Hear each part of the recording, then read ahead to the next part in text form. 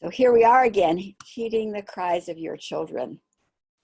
It is so important in this time. Today is, I think, April 27th, 2020. And it's quite a moment in history we're living in. And a lot of children are crying.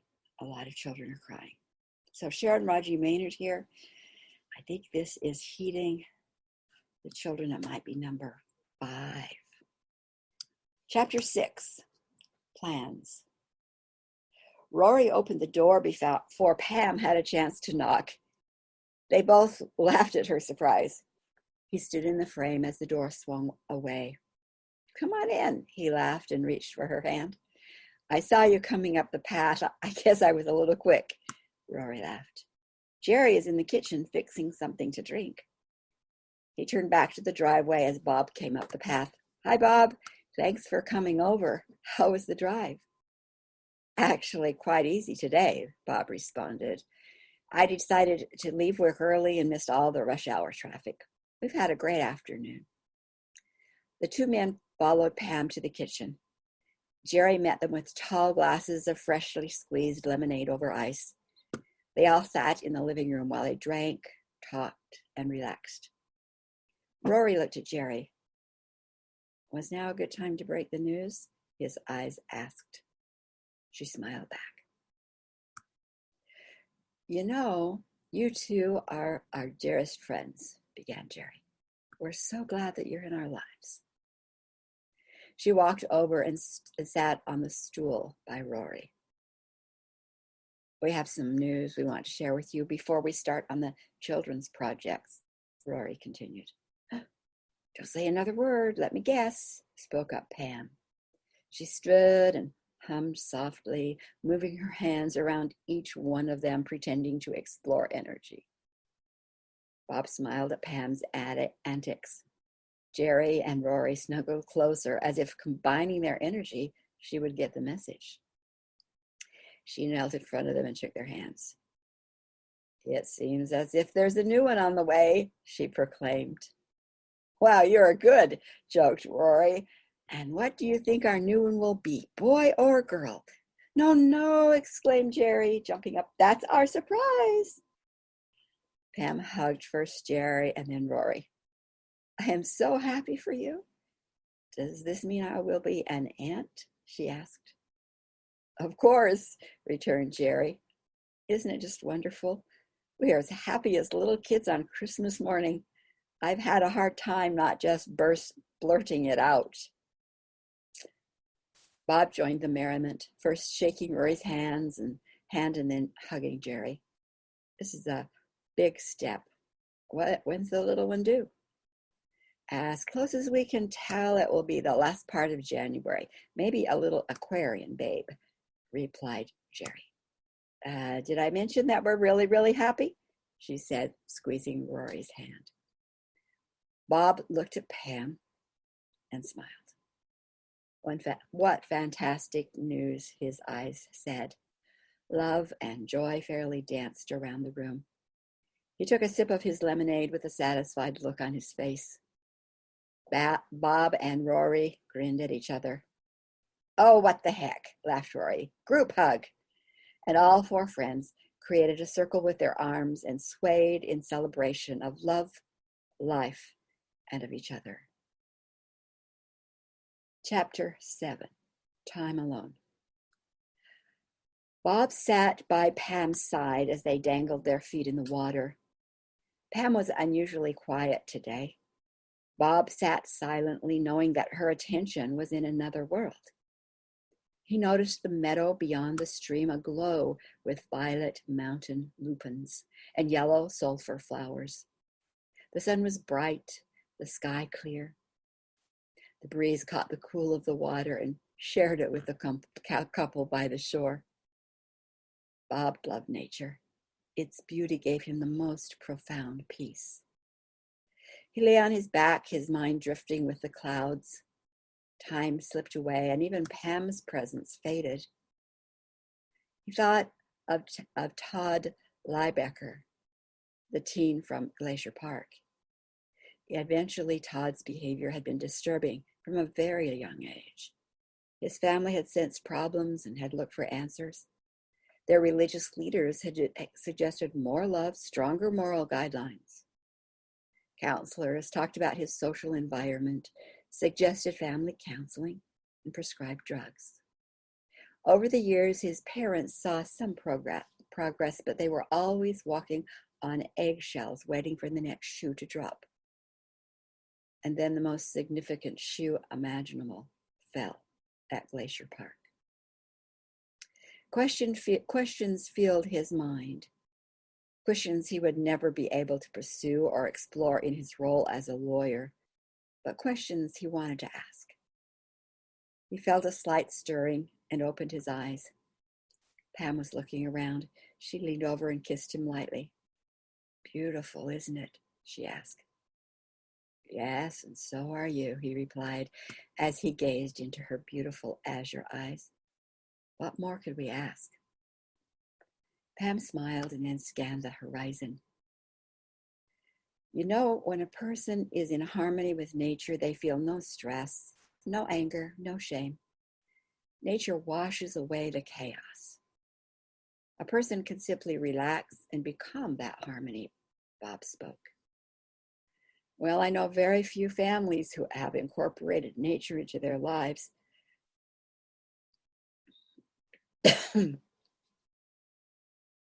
Instead, they carry too many shoulds, dissatisfactions, and busyness, with little or no time for sitting still. Can you imagine society's view of daily rock sitting, or hourly river dipping, or even regular tree hugging? Pam giggled at Bob's words, and he enjoyed her delight in the thought. "I have some questions," Bob ventured. "About what?"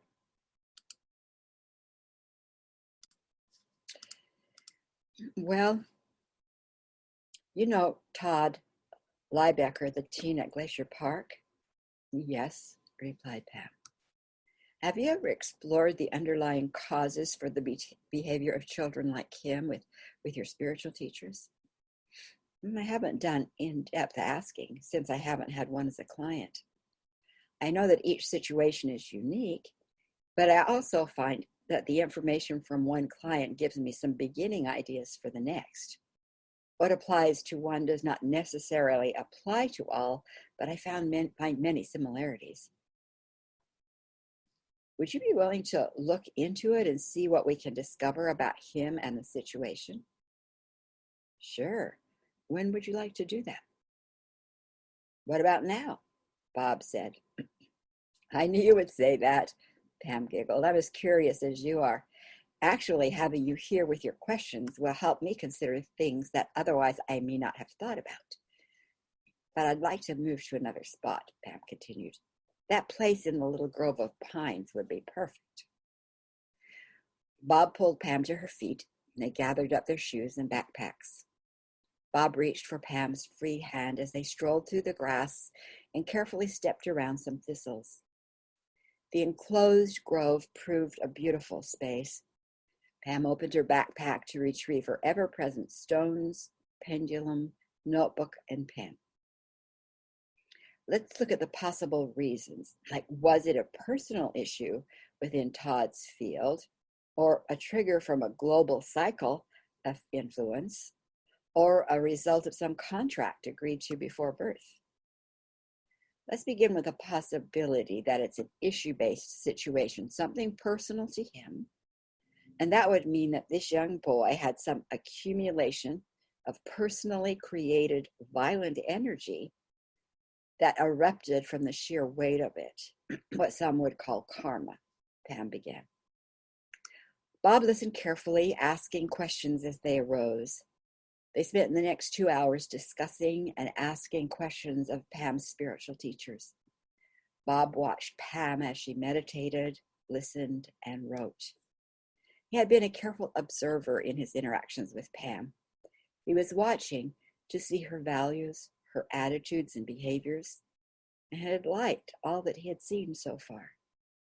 As he watched her in her work mode, he saw a glow throughout her being and a twinkle in her eye. His heart sang in response. Bob was so comfortable in Pam's presence, so trusting of her integrity. He knew that this woman was the one he had seen in his dreams. He had been waiting for her. By the end of the day, they had answers.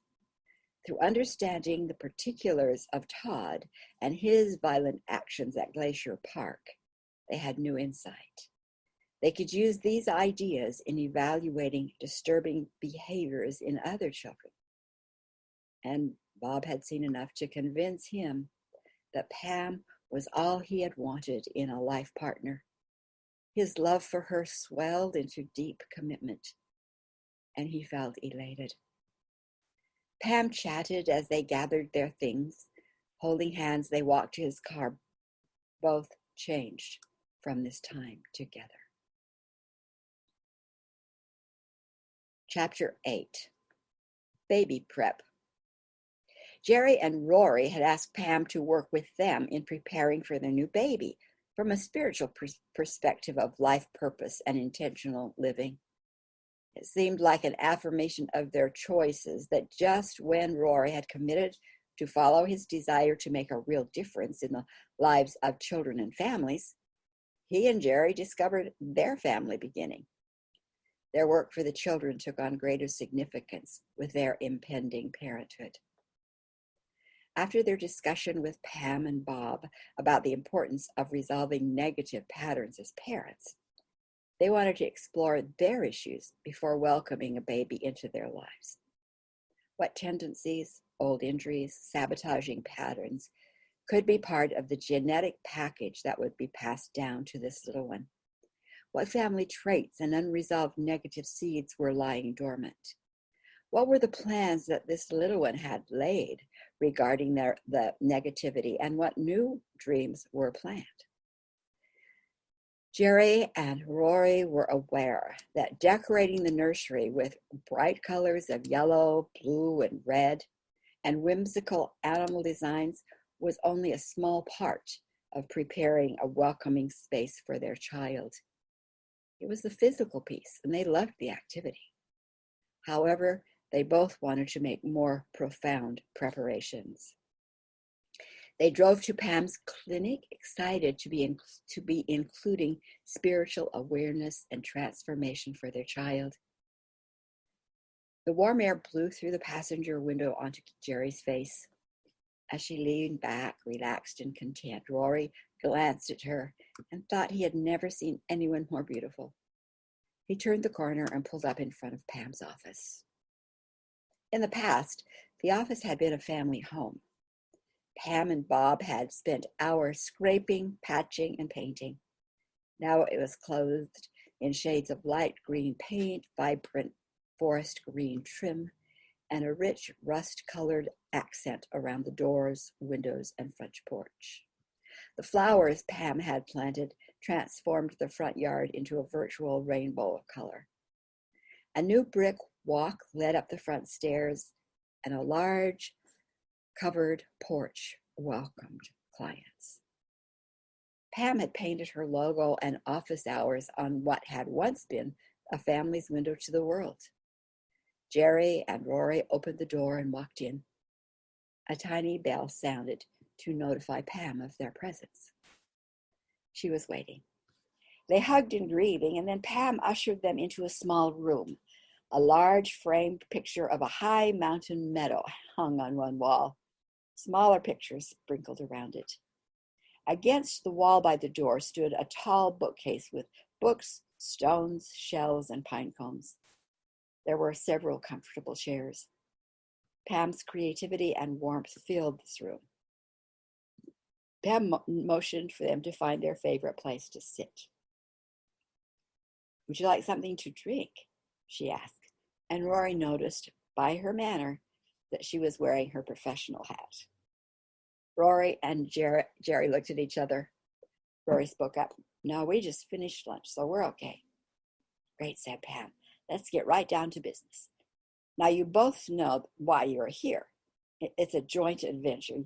You're pretty much aware of the principles of my work, right? She laughed. So let's start with what you desire from our work together. What do you want to gain? Gerri began. Well, we believe that each soul comes to the opportunity of an earth life with a unique plan. Part of the plan is to address some negative patterns. We'd like to transform as much of our own and our baby's negative patterns as we can. Much of the pain I see in my practice is a result of childhood trauma or neglect. Using common psychological methods of addressing the problems takes many years. I see clients whose lives were consumed with constant attention to old wounds. We want something different for our child, added Rory. Then he continued, since working with you, I see that problems go back lifetimes or even beyond into the greater unconscious group psyche. Having seen the healing power that your tag work adds, we want that greater clarity for our baby. Especially, we want to make sure that the DNA codes, the circuitry system, and the wiring are correct. Sounds great to me. Just what I have prepared, Pam said, and then continued. Souls coming into earth life at this time have no need to live out the patterns of pain and abuse. They will bring in patterns that can only be acknowledged and released within a physical experience. Even though the distorted trauma and fear-based energy patterns our children may have created, lived, or inherited are theirs to resolve, parents can act as surrogates to begin corrections, even before birth, and certainly during early childhood. It's possible to change as many as the child's higher self allows. The DNA and wiring are definitely something we'll address. The crippling need not remain in any of our children. And what better place to correct the crippled blueprint and begin eliminating negative energy for them than in the womb before it manifests in a physical way. That's what we want, said Rory. Another valuable gift will be to create possibilities for him with the reality shift work. Pam looked up, surprised, as the words slipped out as to the sex of their baby. Oh, that was an interesting slip, she laughed. Well, we both think it's a boy, smiled Gerri. Just feels right for some reason. Well, let's say he then, if that's okay with you two, said Pam. It's certainly better than saying him, her, and they all laughed. We're fine with that, said Rory, looking at Gerri, who nodded back. So the reality shift work will play a major role in your preparation for him, for you, and for your home environment. Pam was moving them right along. As you define and clarify your way of relating to each other, to children, and to the larger world, your energy will attract a soul that is ready for what you offer. Instead of just inviting any soul, you invite with greater clarity. He will be able to decide if your home, lifestyle, and intentions give the best environment for what he needs to accomplish. Gerri and Pam were holding hands as Pam talked. Gerri and Rory were holding hands as Pam talked. Their excitement was apparent as they caressed fingertips and squeezed each other's hands. First, the baby program intends to create a space of neutrality from which a new picture of parenthood can emerge. From that created space, we'll watch for action steps. Does that sound good to you? Pam asked. Great, said Rory, and Gerri nodded her agreement. All right, here is the plan, Pam said as she slid a folder toward each of them. Gerri and Rory looked at the outline in Pam's workbooks.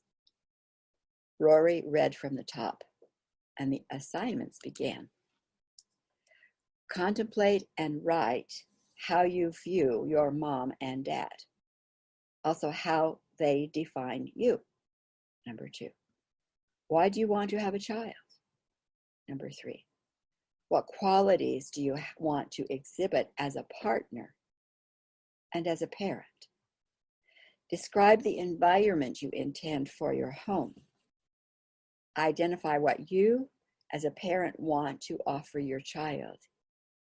He scanned the rest of the outline, smiling as he read. Wow, that's quite an in-depth process, Rory volunteered. This should set us in good stead for being parents. Well, I tried to think of everything, laughed Pam. So let's get started, she said as she pushed the two workbooks and the pens for the workbooks toward them. Open to page 1. Now you have the whole office and garden to yourself. The pages are pretty self-explanatory, and so you can simply follow the steps. You will be describing the type of parent you want to be, the culture of home you will create, and even talk about your fears, doubts, and family patterns, both healthy and non-healthy, positive and negative. It's essential to this work that you don't sugarcoat anything. You'll be doing this initial work alone. In about an hour, we'll come together and go to the next step. Can you think of any questions before I send you out? Pam asked. I don't have any, volunteered Rory. Oh, no, I'm fine too, said Gerri. Great. I'll be in the office, so feel free to wander in if something comes up that you don't understand. And I'll see you both back here at about 3 o'clock. She hugged each of them and sent them on their way. Pam smiled as she sat down at her desk. It was such fun to work with new parents, whether before conception, during pregnancy, or after the baby arrived. This focus on infants was a new part of her tag work, but so powerful. Although she appeared to be uninvolved, Pam knew that imbalancing energies in the unseen world could be attracted to any vulnerability from old memories. The presence of the imbalanced vibrations would sabotage the health and sovereignty that would otherwise benefit Rory and Gerri. She was constantly holding and broadcasting secured space of sacred energy as Gerri and Rory worked. Pam put on some soft music while Gerri and Rory went to find their place. She felt great reverence for these two as they searched their heart and soul for purpose and clarity. A journey of love had begun, and she knew that they fully intended to walk the path with maturity, honor, and integrity. Periodically, she wandered out to check on them. At first, they moved from place to place. Then Gerri found a spot in the back garden. She was now sitting on the grass, feet bare, with her shoes lined up neatly beside her. Pam noticed that she shifted from sitting to lying and then back to sitting. Rory began, deep in thought, at the table in the meeting room, and then carried his notebook to a corner bench down the hall from the main door. He sat still, at times deep in thought. Often his eyes were closed. Shortly before 2:30, Gerri knocked softly on the doorframe to Pam's office. I have a question, she said. What is it, Gerri? Well, on the section about family patterns, I wonder about my old pattern of distrusting men and the experience of being raped by Dean. Should I list that, even though I feel complete with it? Yes, list anything you have noticed. We want to get as clear as possible. Better to heal too much than too little. If you assume past experiences are complete, you may miss some negative patterns. Then the old pattern would lie unseen under the new one and distort your new intentions. Okay, replied Gerri and went out to finish her assignment. At 3, Pam found Gerri in the garden and Rory on the front porch. Are you ready to come inside, she asked. They each nodded. Rory jotted down a few more notes and then walked inside. Well, that was quite an exercise, said Rory. It gave me the opportunity to think deeply about myself, my purpose in being a dad, and what I want to have in place for my son. I liked the process. It gave me a sense of participation and building for this one I love already. Well, we're just beginning, said Pam, and I'm glad you took the assignment seriously. How could you not? Asked Gerri. This is a sacred journey. I think so, said Pam. Now, You will share what you've written, and we'll move through one question at a time. While one person is sharing, the other's role is to simply listen, be present, and be open to feeling the impact of the words. Remember, there's no right or wrong. This is just sharing who you are and what you're offering this new family dynamic. Let's start with you, Rory, Pam said. What came up for you about your desire to be a dad? For the next hour, they were lost in the world of love, of dreams, of possibility.